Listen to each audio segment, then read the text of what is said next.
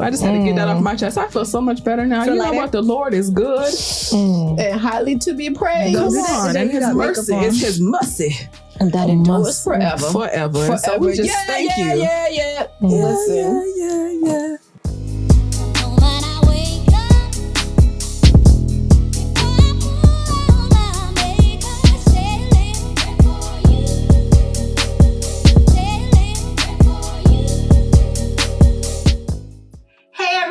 Welcome back to our channel. I'm Vanessa. I'm Z. I'm Jessica. And I'm Tamika. Welcome back to all of our old subscribers and to all of our new subscribers. Welcome to the sisterhood. Welcome. And if you haven't done so already, please follow us on all social media platforms at @SeasonedSisters_. Right. And don't forget to leave a comment down below. Just tell us where you're watching from and leave some topic ideas for our future episodes. So we just thank y'all for coming back. Thank you. If you didn't catch part one already, part one, we were talking about dating. Yeah. Right. And that was such a good conversation. It was. I feel like everybody is going to really enjoy the episode. So if you haven't already, go back and watch part one. Yeah. And then towards the end of part one, we started talking a little bit about marriage. And we were like, hey, why don't we just continue the conversation? Right. Keep it going. Keep it going. So let's get into it. Let's get into it. So since we got some seasoned sisters who are married, we wanted to, have you all lead the conversation. Oh, Lord. But I do have a question. Mostly everyone around me, my friends, my sister, like everyone's married. And the main thing that they say is marriage is hard. Oh, gosh. Okay. Yeah. So how did you guys subconsciously or even looking back, how did you go into your relationship and prepare for that hard? You want to go, Tamika, since you're the vet amongst me? Oh my gosh. I'm so funny you say that because I still feel like a baby sometimes in this thing. I am still a baby. But anyways, so I remember a little story time. I remember when I first got married and it was like our first or even our second anniversary. We were just cackling and laughing and talking about how just the cackling and talking about how we're so grateful because we had heard so many stories about marriage being so difficult and so just full of tribulations and just really difficult. And you gotta want to stay together. Like, you know what I'm saying? Just like a whole bunch of, and so we were laughing and talking because we were saying that up to that point, smooth sailing. It had been so easy for us. It had been, things would come up, but we would figure it out and just kind of move on. What I'm learning is when people talk about the hardness or the difficulty in marriage, what they're specifically talking about is not the relationship itself. Because you guys, if you love each other, you're able to kind of, be fun with each other, love on each other, be kind and things like that. Yes, you'll have ups and downs, but you can, for the most part, keep that level of control. But the part that they're talking about is if you're a Christian, if you're a Christian marriage, they're talking about the attacks. And then if you are not a Christian, you're just living in this world, they're speaking specifically about the different challenges, which is still an attack. There are so many different things that you don't anticipate before you get married that you learn on the job, right? Yeah. So you learn about temperament, you learn about moods, right? You learn about finances. That's another thing. And these things in itself are difficult. But it's not, I don't think that people generally mean that the marriage itself is hard because I never go to my bed at night thinking that I wish I wasn't in this commitment or in this union, because I often actually tell my husband, I'm so happy that I have you to go through this with, because going through certain things can be so lonely sometimes. And you can feel like I'm not going to be successful. I'm not going to have victory. And even though we do have victory in Jesus, it's so helpful to have that teammate that's going to pray with you, that's going to uplift you, that's going to encourage you. So to answer your question, to go back to what you were saying, Vanessa, I think that when people talk about marriage being difficult, I think they're talking about the challenges, and we all know that marriage is a work. It's never just like an easy wake up and you don't have to put any effort into your marriage. If that's the case, then, great. But I haven't experienced that kind.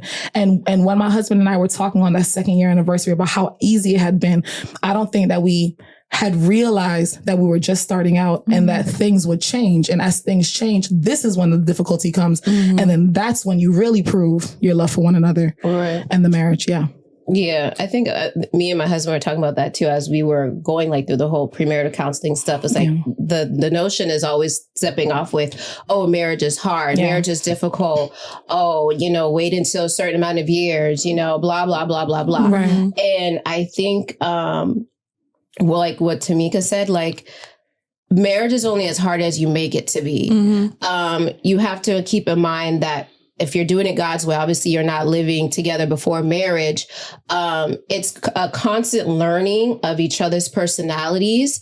And it's a dying of flesh daily. Yes. Because you, in your selfishness, in your singleness, you can do whatever you want. It will not affect another person. Right. If anything, it will just affect you. Right. But now you have another individual to think about. Yeah. You can't just do things selfishly. You can't just react selfishly. You can't just go about your life selfishly, because what you do now affects your spouse and vice versa. So it's the tearing of self. It's the dying of the flesh. It's like, when I was single, I would react. It is what it is. I don't care. But now you have another person that you are accountable for. Yes. Yeah. It's another person's heart that you also have to take care of. Yes, right. It's another person's emotions and mental that you also have to look after and care after. Yes. So I think that's the hard part of it, is if you are not going into marriage selflessly, and like my husband always says, to serve one another, then that's when marriage is hard. Because if you're always looking for gratification of self and what you get out of it, it's not going to work. That's right. It's not going to work. So I think that's where the aspect of marriage is hard, because it's a dying of flesh. It's the dying of yourself daily. It's a reflection of yourself through your spouse. And it shows you yourself in areas of where you need to grow. Yes. So I think that's why people say marriage is hard. Yes. Good. And it's an action. It's a daily commitment and daily decision to do these things because I love who I'm with. Right. And I think when you're dating, you have the option to say, I don't want to date you anymore. You really can. Of course. But when you marry, you win that. You win it. Right. You win it through the highs and the lows, through the roller coasters and all the things in between. Yeah. So there is no exit plan. Yeah. Shouldn't be. Right. Yeah. So I think that's why. That's good. Good question. So let's start from the beginning. Yeah. We, in the last episode, we talked about the purpose of dating. So now let's talk about the purpose of marriage, because it's different. Yeah. Right. I had looked this up, and the purpose of marriage is to glorify God. That's it. To provide companionship and intimacy, to raise godly children, and also to reflect the love of Christ for the church. That's it. That's in totality of what the purpose of marriage is. And there's some different scriptures that I've wrote down that God tells us when we come together we are to multiply.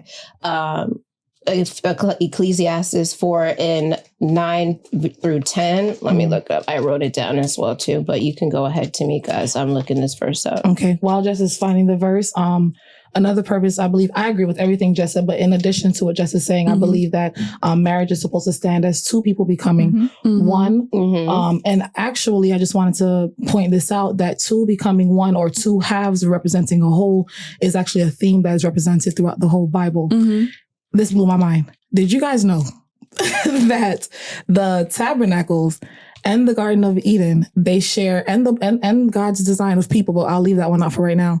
Did you guys know that those two things were designed the same way? Also the Ark of the Covenant, where it was specifically divided into two different parts that had to come together to really represent the glory of God. And I had never seen that in myself and my spouse until I had done a lot of research, and I'd realized that it's not that I'm here to necessarily, like Aaron, hold up his hand and kind of be there as like this supporting character in his life, but we're actually two people who are codependent upon one another. There is no stability, or there is no moving forward unless we're both on the same one accord. And that is so important, because when we think about the glory that the Ark of the Covenant brought when it came together, when we think about why the tabernacle was split into different sections, then you should, and the Garden of Eden, even how it was split into different sections, then you should also consider yourself that, wow, this is more than just I'm marrying this man. This is an actual union that's going to come together, that's going to fuse together to do all these things that Jess was just talking about. Yeah. That's really good, because one of my verses that I wrote was actually Ecclesiastes 4, verse 9 and 10,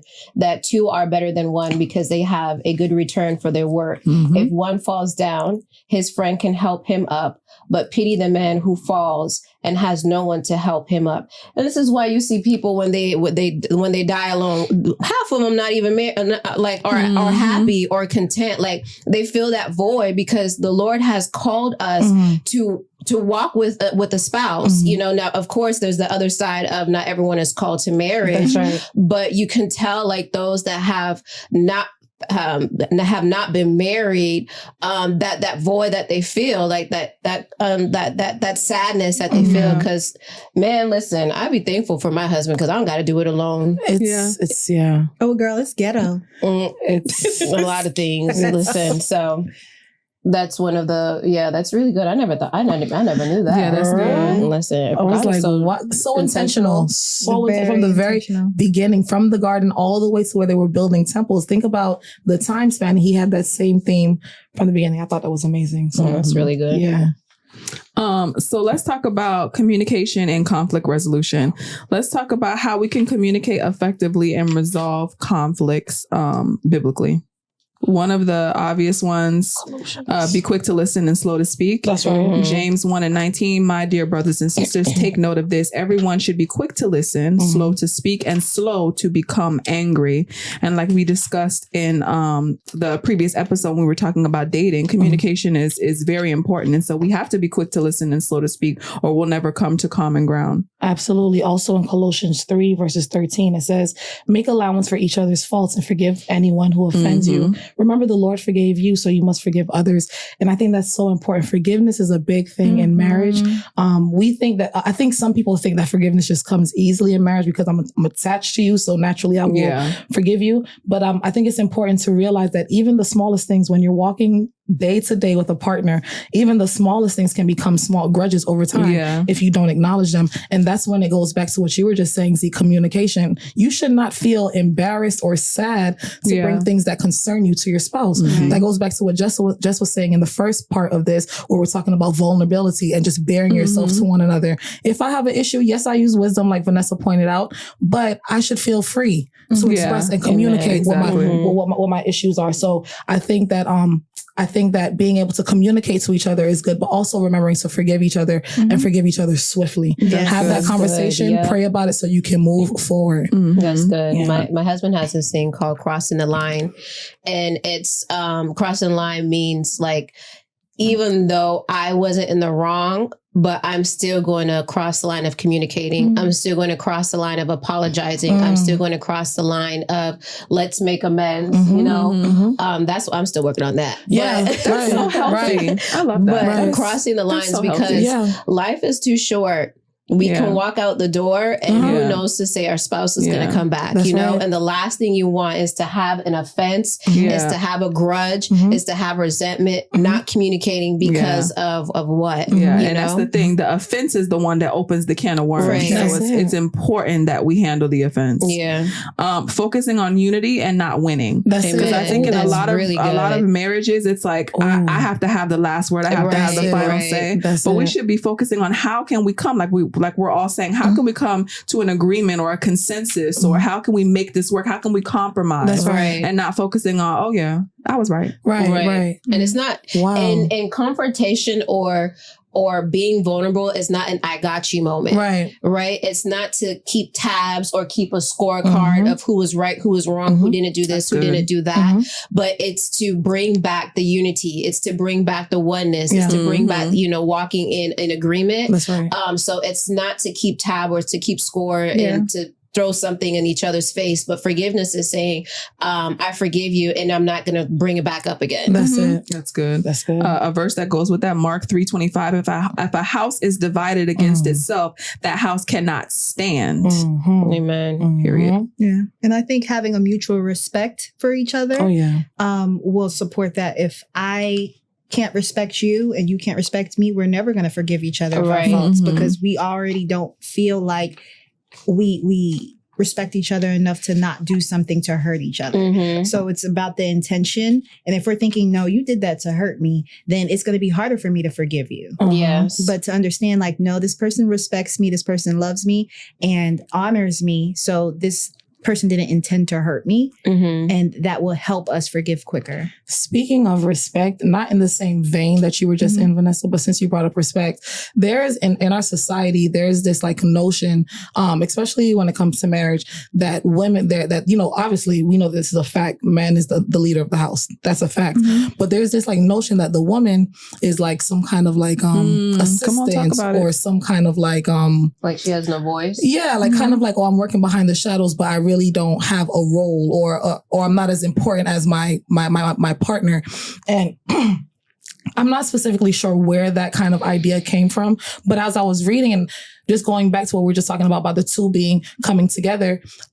Yes, wives must submit themselves to their husband, because they are leading. They are the ones who are put over. But the woman has such an important role in the marriage. You know what I'm saying? And it may not be the provider role where you're going out every day and bringing food into the house, but you have a nurturing role. You have a teaching role. You have making that house a home role. You have counsel. Yeah. Women, we have such power. I was reminded when Vanessa was talking about Samson and how he laid his head in Delilah's lap. And we have to know how much trust it takes for a man to actually say, I'm going to lay down here, close my eyes, and just trust that whoever I'm around is going to take care of me, that nothing is going to happen. So that kind of intimacy, we're responsible for creating that, and we're responsible for cultivating that, making sure that we create that space where the man feels like he can come lay his head and rest. So your role is not to just run behind, but your role is to also lead specifically in those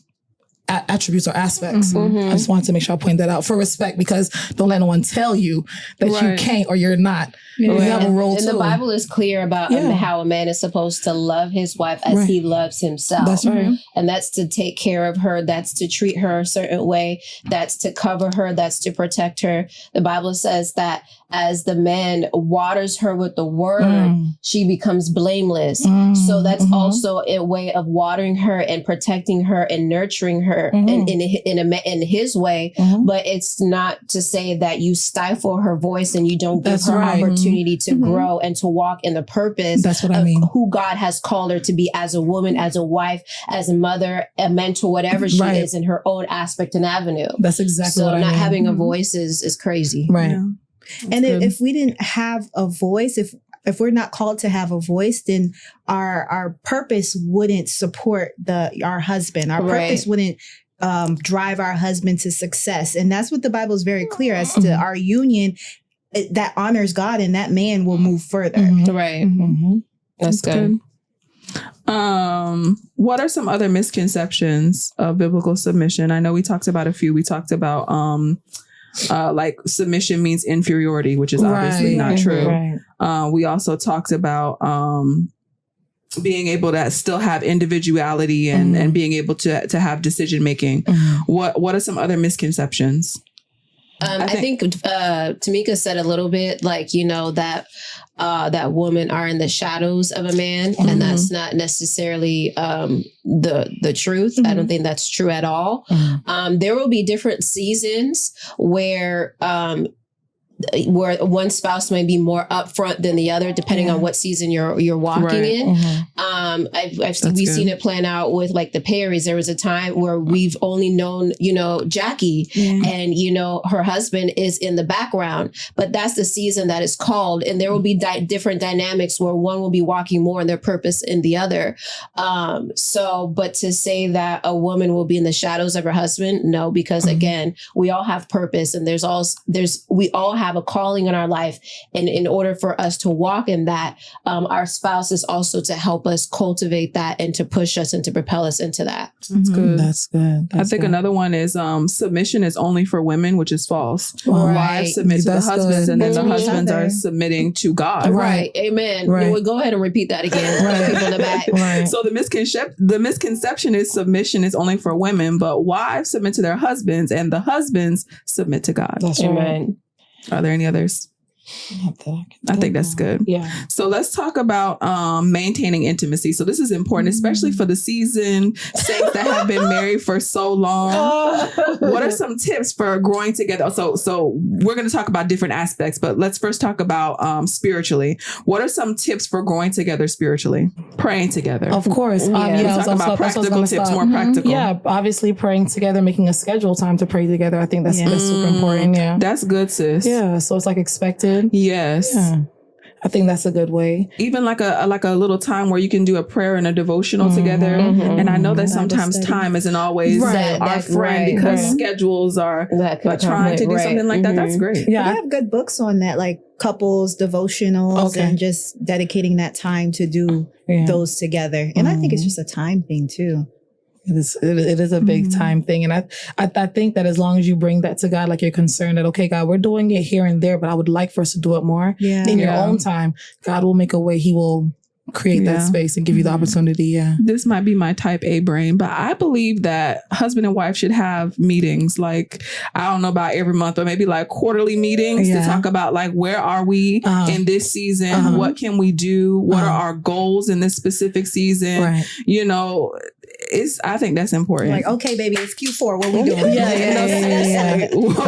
What are we doing in this next season? Because like we said in the dating episode, a plan is important. Yeah. We need a man with a plan. That's right. Right. And so coming together and making that plan, even if the plan doesn't work, you know, we can go into it like, this is what we feel like the Lord is calling us to do in this season. And if it shifts while we're in the season, then it just shifts. Right.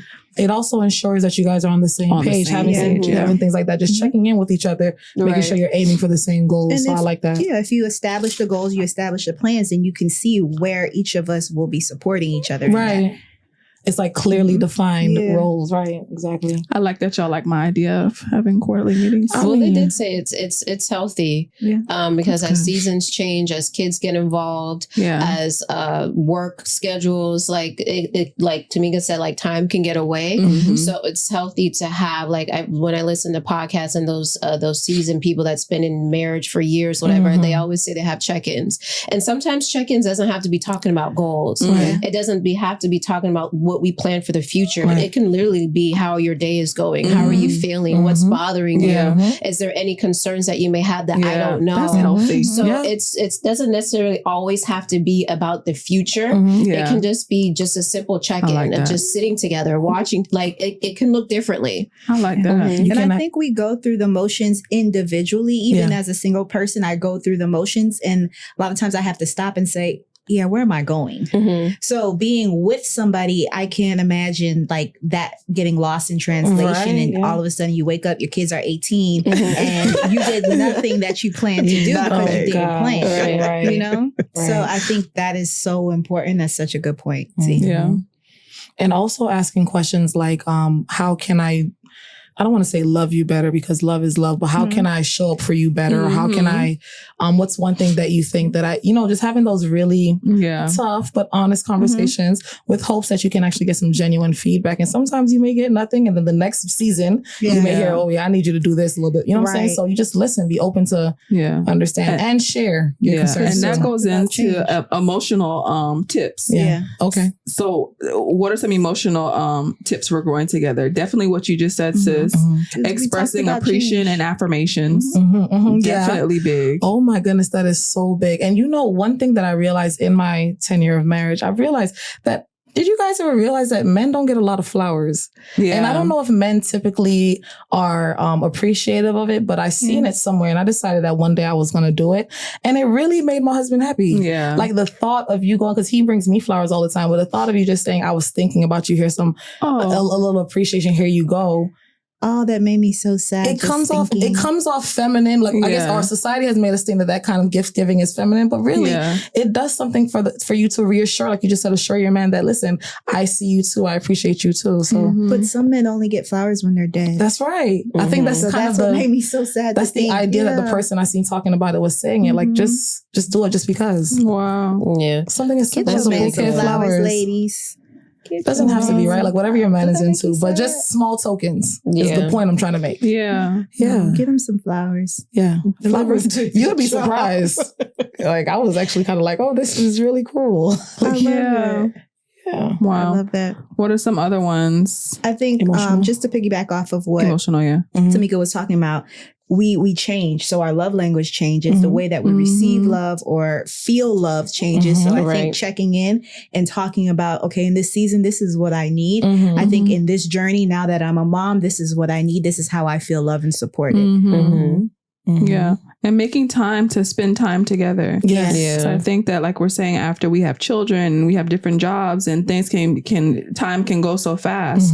So making sure that, you set aside time to spend together. And that goes into physical, right? Date nights. Yeah, date nights is super important. Super important. Yeah. Date nights, creating a schedule sometimes may help, because I know that time and money sometimes can be a thing. So scheduling like a date night, like once a month or every third Wednesday or something like that, we go out. That's helpful to create that kind of intimacy. Yeah. Prioritizing sexual intimacy. Yeah, exactly. Placing the importance on it, because it is important. Also, we have to know on both sides, we have to know a time and place. Sometimes, for me, I'll just speak for myself. Sometimes in the past, I would bring up things that could dampen the mood, or I can want to talk about something right now, but we're preparing to do something else, and not knowing the time and place, like, obviously, physical intimacy is important. So if that's what we're gearing up to do, I don't think that we should intentionally put something in the middle to stop that flow, because the conversation will still be there after that session. And women, when I say women, I sometimes can be kind of compulsive with my thoughts. So if it comes to my head, sometimes I'll just say it. Doesn't matter what's happening. So kill the vibe. Kill the whole vibe. When it could have waited, because after I left my mouth, I'm like, oh snap, I should have. Yeah. But that's also important with knowing your partner. Yeah. Right? Yeah. Because like you said, you're the type of person that, like, when you think it, you want to say it, but your spouse might not be that type of person. So understanding who your spouse is, how he operates. Right. That's good. Right. Taking accountability, right? Yeah.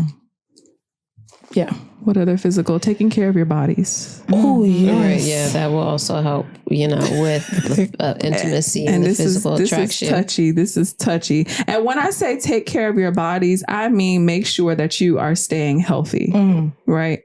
So I'm not specifically talking about like weight gain or weight loss or going to the gym. Hygiene. But what's the reason? Hygiene is good. What's the reason that we go to the gym? The reason should be because our body is the temple and we want to take care of our bodies. We want to make sure that we're eating the right way so that we have longevity to be with our spouse and with our children. Like taking care of your bodies in that way. But it also affects your sexual drive too. Like if your health is trash, it will also affect your libido. And it will also affect everything else. Wow. So, and I also think that you should also do it not only for yourself, but for your spouse as well too. Yeah. Like I'm taking care of myself because I want to look good for my husband or for my wife, and just keeping that sexual attraction there, that physical attraction there. So I think that's also important too. That's good. And I mean, it's so many people that have different medical issues. And so some of the things that happen in their life, they cannot help. So we're not talking about y'all. Right. We're talking about the things that we can control. Right. And the controllables. So do you guys wear a bonnet at home? Absolutely. No, I don't. No. That's not healthy for hair. I wear a scarf to go to sleep, but I don't wear. That's protection. No, for sure. That's protection. Oh yeah, no. I mean, I don't wear it all day, but a bonnet, of course. You gotta be cute at home too, right? I don't know. I'm asking the marriage people. Yeah, man, don't really. Because ain't no way. Yeah, I think that there's such a like a I don't want to say twisted, but there's such a like a skewed nuance idea of like what you should be as a wife. Because I heard the moo-moo's where it's at, boy. Absolutely, men don't care. That or no clothes at all. Like be free. Like this is your place. Right. Let that moo-moo have don't care. Listen, I heard it's the moo-moo's where it's at. So just get yourself. They don't care as long as they're doing as long as we're doing like you just said and making sure we're taking care of our bodies. That's right. Whether we wear a bonnet or not. That's right. That's right. Like, it's not what you think it is, guys. If you're not married yet, it's just a lot more You can be yourself. You're supposed to be able to be yourself, whatever that looks like. And I like that, sis, because I feel like not everybody is going to be in the same lane as me, right? So if I'm dating somebody from the beginning, they going to know what's important to me. And wearing all of these fancy clothes is not important to me. But for somebody else, that might be how you met the person. And so maybe they're like, okay, this is how I met them. This is how they should stay. So I also think it depends on the type of person. That's an excellent point. That's an excellent point, because there are some people who would like for at your house, I don't want to see no bonnet. And listen, that's their preference. And they can have that. Right. But I'm just, so specifically in my marriage, I should say that. That's not a marriage. Be in my marriage too. That's not a thing. You can pull it out your face. That's not a thing. Because your man may like you with long hair and stuff like, so it all depends. It really depends, That's true. On your partner, Yeah. Because he may not like us saying, you better not wear it no more. Yeah. Or you'd be like, But when he met me, it was on. So. But that's not fair. When he met me, it was on. Meet you with it on. Look, when he met me, it was on. We talking about long hair and short hair. Like that's, I don't know. You listen, you say this to say it now, but when you get married, you will want to do things that will make your husband happy. Yeah. And if he be like, I don't like that, I bet you're not going to do it. Bet you'll write him down. But I don't know if that's, I don't know. We can talk this through. Is that healthy for someone to just be telling me how I should look and how I should? I don't know. No, but it's like, I love you, but I want to see you look because like he this prefers sometimes. this. Yeah. This will make you so pretty. I love to see you that way. I think I agree with you. I'm saying like, as far as like, if my hair is natural, I like you better with straight hair. No, I don't like that. No, I don't think it's in a way of not allowing you to have freedom and creativity and stuff like that. But certain men have certain preferences that they prefer you in a certain way. It's not to say like, you got your hair straight and I don't like it. Like, like, no, we don't mean it in a way of controlling. That is far from what we're trying to say. But our husbands do have certain things that they prefer you in versus certain other things. And not to say that they're not going to love you any less or whatever. There's just certain things that they like you in more than the other. Let me throw this into the conversation though. Okay, it's no secret. I don't wear makeup, right? I don't know how to do makeup. I don't wear makeup. And so when I met my husband, I never considered that would be a problem or a thing. I never considered that there were men who like women to like beat their face and like really get dolled up when they're going out. I never considered that because I had never been with anybody like that. So I never even thought that it would be a problem or an issue or anything. And when my husband and I had a conversation randomly about like makeup and like presentation and things like that, he had said that he prefers his woman to look natural.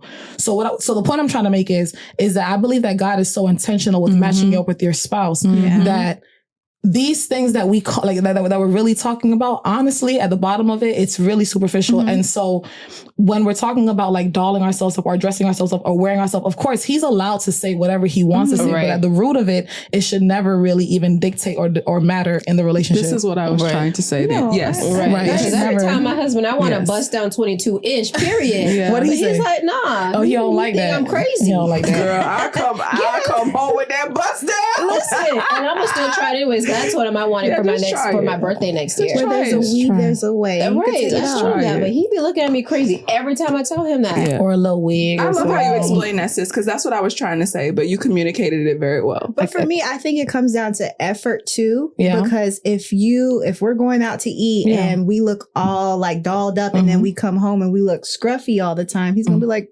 girl, why don't you look like that for me? So I think that's girl, what is home for? No, but if y'all going out to eat, home for? and you just slide your this is very on, interesting. You know, like, no. Are you putting on for date night? Are you putting the same I think it effort goes for back date to night? what Tamika is saying. I think this is very interesting though, what you're saying, Vanessa, because I think that people expect that, but like in the thick of marriage, it really boils down to like comfortability and common like being used to each other, knowing each other, right? So like if I got dolled up because I'm going with my girls, I got dolled up because I'm going with my girls. When I'm home though, you know that this is not something that I do. This is not. So that's what I'm saying. So the expectation has to be there from the very beginning. You can't tell me then in the middle of my marriage that, you went out like that. How come you can't do that at home? Then that's going to set me off. My point is like, why do you feel the need to always be so dressed up at the house? Like, is it an insecurity? Are you not feeling comfortable in your own skin? Yeah. Do you not want your husbands to see you in your totality as far as like your faults, blemishes, and all of that? Now we so preaching. It's like, really, what's the thought process behind of you feeling like you always have to be made up for your husband? Because your husband should see you, boy, when your hair's sticking out, when you look like you got crust in your eyes and everything in between.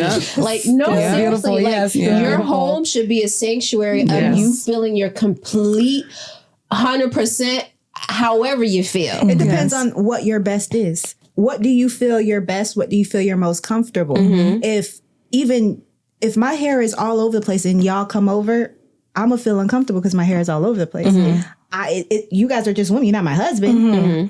Even if my mom comes over, I want to look presentable. Present yourself. And I think that's just how I was raised too. Because so I think it's just different people.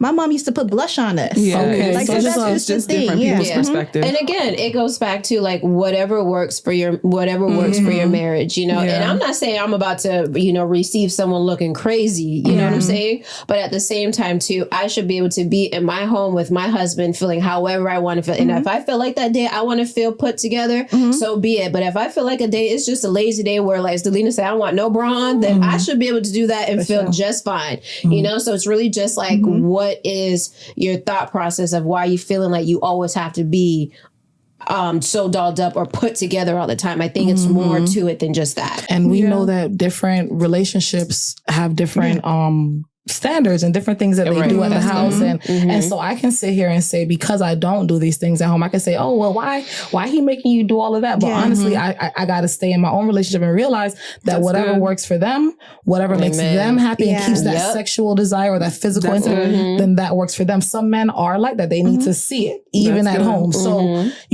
that brings you back, that brings you back to that. But I do want to point out that you have to make sure that you keep some kind of balance. You don't want to demand something from somebody, some things from somebody if they're not comfortable with doing it. That you don't want someone to live up to an expectation that's not real. And so I want to make sure I point out that. And then obviously we know beauty is very tangible. It's fleeting. It's gonna pass on by. And then all you're gonna have left is that the foundation, the character traits, the attributes, the who are you after the beauty has departed.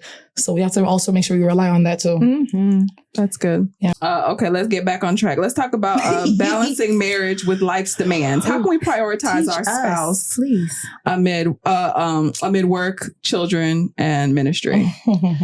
Child, I'm in that season of working through that. So can you start with ministry? Can you start with ministry? Ministry? Yeah. How do you juggle? Oh, you talking the wrong one. It ain't me just yet now. It ain't me just yet. But I will say, being a newlywed, it's tough because like you're in that season of building that foundation, not only for yourself, but for your future family and for your old age. So at this season in our life, it's putting down the groundwork. So it's a lot of like, you find each other here and there. You find pockets of trying to spend time with each other, but also knowing that bills got to be paid, things got to be handled. So I don't know if we really reached that place of balance just yet. I think we're still trying to figure out of what works for us, and how we can kind of navigate that, because we're in that season of like, coming together. Very good. Yeah, I think that's great what you said though, Jessica. Is like it's always a work. You're always trying to figure out like the best way to manage it, especially if you are with a spouse who's changing jobs or even working towards something. They still haven't arrived to where they want to be. And sometimes different seasons can call for different demands from them, and so you can miss your partner. Like you can be like two trains in a night, just passing by each other. I mentioned that to you ladies one time last year, like. Husband come home late, barely see him. It's been like 30 minutes. I gotta go to sleep. So you miss your spouse. It's like, dang, we're just in passing. And there's still moments where it's still in passing where he comes home late, I'm already asleep, and vice versa. So it's like it can kind of feel lonely, but you know that this is only for a season and it's not a forever thing, but it can get hard. Yeah, you went through the same thing. I was just gonna say, I did go through the same thing at the time. My husband was getting home sometimes like 1 o'clock in the morning. Like, and I'm a school teacher, so I'd have to be up too early to be staying up But y'all better believe, in the early stages of my marriage, you was up. I was up, just ruining my sleeping pattern. Not only was I up, but I was cooking. But I was cooking. I would start cooking. I know he's coming at home at 1 o'clock. I would start cooking at like 12 o'clock. Yeah, so that the food could be nice and fresh for him when he gets home. And then we would eat together. I had to go to Z's nutritionist is the one who told me, please stop doing that. Absolutely not. But I love like the heart behind it. Yeah, the commitment behind it. Right. I love the heart behind it. And that's kind of where I was getting to. Like, I don't know if maybe people who are much more seasoned in marriage have figured out exactly how the balance works. Yeah. But even we're years apart in difference in marriage. And even in my stage now, there's still seasons where I'm like, okay, where are we going to create this time to make sure we see each other? And maybe I shouldn't sacrifice my sleep and eat after 1 o'clock in the morning with him, but where else can I create it? Yeah. She had mentioned that the same nutritionist, I'm sorry, I put my hand on your face. I'm sorry. The same nutritionist had mentioned that instead of eating with him, you don't have to eat at that time, but instead of eating, why don't you just sit up and just like talk? You can literally just talk while he's eating. And so it's about being intentional about creating that space. Yes, our work is very demanding and our lives are very demanding, but when are we going to make time to come back together? Right. Yeah. Y'all don't be eating at 1 o'clock. Yeah, don't do it, guys. It's not bad. I did like my whole first year like that. Wow. But I love that. I love that. Because I missed him. You know, we don't see each other all day. Yeah, I guess I'm going to get to that point. Because when I tell you I would have been knocked out, sleep. Yeah. Open that one eye. Right. Give him a kiss. Close that eye right back. Yeah. Sometimes I'll be up. I'm ready to cook. I love that. Even you say you be up too? I used to. Sometimes I would be on the couch just like waiting for him, or the TV would be on and I'd be knocked out. But it like to me, it's like it really affects your sleep because I have an early morning job. So I used to be struggling. Yeah. It was like, oh, child, it's 1, 2 o'clock in the morning. Do you think that this can also be, especially for newlyweds, changing the way that like for me, I am obviously single. I live with my parents. So I feel like if I was in a situation like that as a newlywed, so I'm being uprooted out of what I've known all of my life. And then I'm being placed in a house with my husband, but then my husband is never home when I'm home. I think that I might have been inclined to be up because it's like, dog, I haven't had any. Look, my parents be bothering me all day and I ain't got nobody. I think I might have been more inclined to say, you know what, okay, I'm going to stay up because I haven't had any type of communication. Right. You know what I'm saying? Right. Do you think that that's a thing? Oh, 100%. I think that you miss that, that coming together, that just talking, like you start to miss your partner. You want to unload on them. You want to tell them about your day. You want to see how their day went. And there's a kind of peace that comes over you. Husbands talk about it all the time, but it happens for the wife too. Some kind of peace that comes over you when you know that the house is in the house. Like everybody who belongs here is here. We're locked and everybody's safe. You know what I'm saying? So you want that feeling at the end of the night so that you can move forward. Look. I feel like I'm crying. Oh God, child. I got some right here too if you need it. That's a real thing. Yeah. But I love that you said it last year. You're like, I just like being with him. I like spending time with him. I love that you still feel like that about your husband.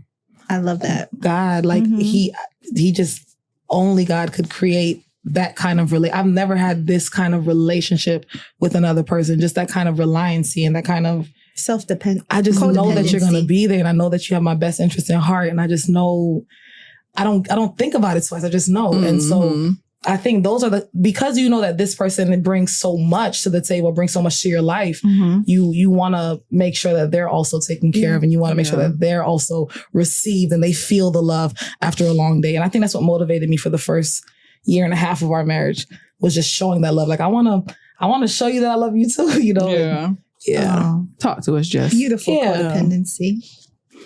Talk to us. What's going through your mind? How you feeling, Jessie? It's kind of like going back to what you said, Z. Like, so I never lived on my own. I moved out literally when I got married, and just being home. Even though you can be in your room, but just knowing that there's other people there. And then now you go into a space of like, wow, I haven't seen someone for the past 9, 10, 11 hours. And you're like home by yourself. And that's a weird feeling. It's like you feel alone. Yeah. And it's like with how me and my husband started, it's like we hit the ground running. And that's just a season that God has called us to. And it's because of where we're at in life, of where, like I mentioned before, we're in that building stage. So right now, a lot of things is still trying to find that balance, still trying to find ways to prioritize us, still trying to find ways. It's so easy to have date nights when you're single. Right. But once you get married, like, you can say that you want to plan a date night and everything else comes. Finances comes. You're thinking, oh, we got to save for this. We got to do this. We got to do that. So it's easily to put date night on the back burner, or your schedules don't align. Like for me and my husband works a regular job and he also runs his own business.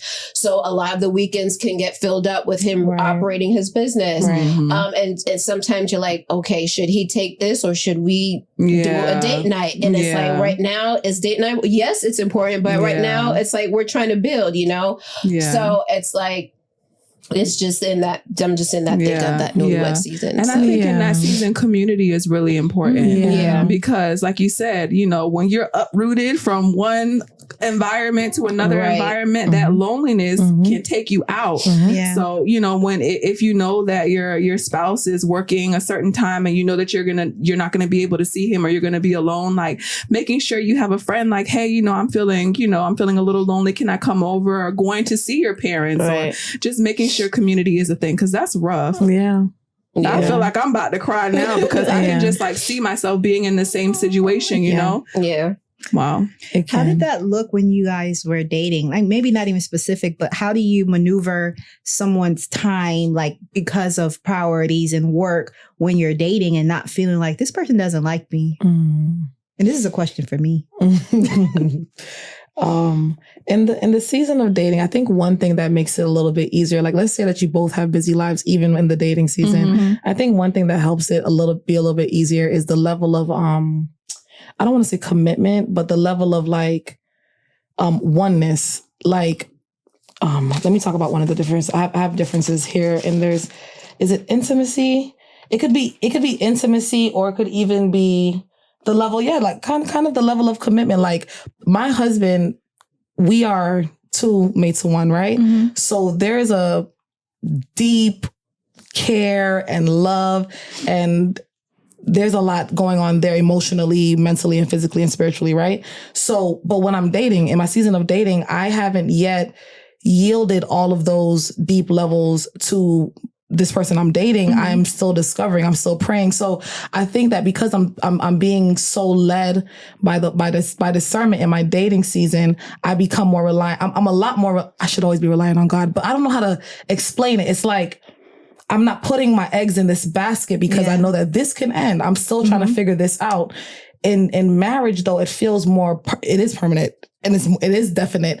And so you've already accepted in your mind mentally that we are now one person. And so you want to spend that time together. And when you don't get that time together, it kind of feels like Jess said, the perfect word is lonely. You kind of feel like the other half, the person who I walk with, I can't even get a second. And it's not because they're doing anything lazy or they're really out here trying to build a family or build a foundation. So you can't even be upset with them. You can't even contest it. You have to say like, what am I supposed to do? Exactly. But I want to assure, I'm not that far ahead of you, Jess, but I want to assure you that this will, I guarantee you, it's going to pass. Like you said earlier, it is just a season. However you get through it, you will get through it. And then on the other end, you guys will start to find these pockets. You guys will grow and things will just become better. Right. And so it's only a season. Right. But in dating, I don't know. Do you have an experience with like him being super busy then too, and it did it way differently? I did, but I was okay with it because naturally, like for me, I like my own space.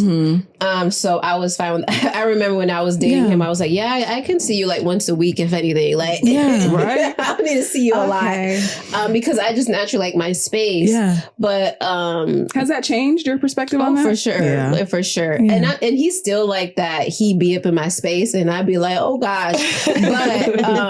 But after, when you become one, it's like Tamika said, it's like it's your other half. Like you feel it, you sense it when he's, even if he's downstairs and he's at his at his desk, like I know he's there, but just like Tamika said, like when you haven't seen them for hours, or you have days where you're passing each other, like I went to sleep, I woke up, he already gone, I come home, I went to sleep. So there's days where you have each other passing, and that's where it can kind of get lonely. And you kind of feel like, oh, like I really miss my best friend. Wow.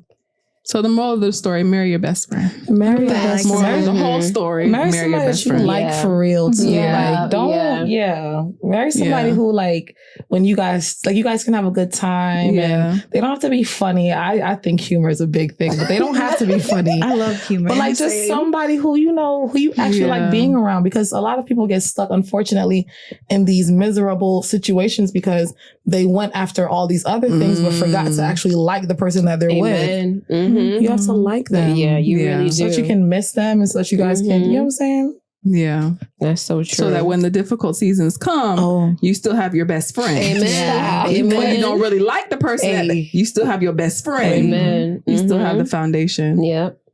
Any last thoughts? This was excellent. No, I'm definitely gleaming. Yeah. Taking all the gems, right? All Me too. Me too. One thing that we never really kind of circled around to, I'm just going to mention it randomly, is how God's love is described in the Bible. Throughout the Bible, we see acts of God's love multiple times, right? And so someone might, or Jesus Christ too, and somebody might say, oh, well, what does that have to do with romantic love? But I want you to know that at the root, or at the foundation of the love that Jess and I are describing for our spouses, is the deep care for him, for our spouses. We are generous. We have an enduring commitment. We are forgiving. Like these are all characteristics of our Father. And this is how God shows his love towards us. Love is more than just a feeling. Love, it can come with a feeling. Amen. But when the feeling has left, because there are going to come times where you guys are not necessarily meeting eye to eye, then what do you have to rely on? Well, you should rely on the fact that this person is loyal to you, that they're faithful to you, that even though you're not seeing eye to eye, and Jess has mentioned this many times before, that they still care for you. They're not set out to abandon you, even though you guys are not on the same page. And so that is the real foundational demonstration of love. Love is more than a good feeling. Love is more than being my best friend. Love comes with so much more. And the best way to model and to know what you're looking for when you're looking for genuine love is to look at how the Father cares for you and the church. Amen. I love that. I love that. And on that note, that was perfect. Perfect wrap. Get in that Bible. We love you guys. Make sure that you subscribe. Yes. Tune into our next episode. And if you got to the end of this episode and you didn't watch the dating episode, go back. Go back. Yeah, go see that one. All right, y'all. We'll see you on the next one. Peace.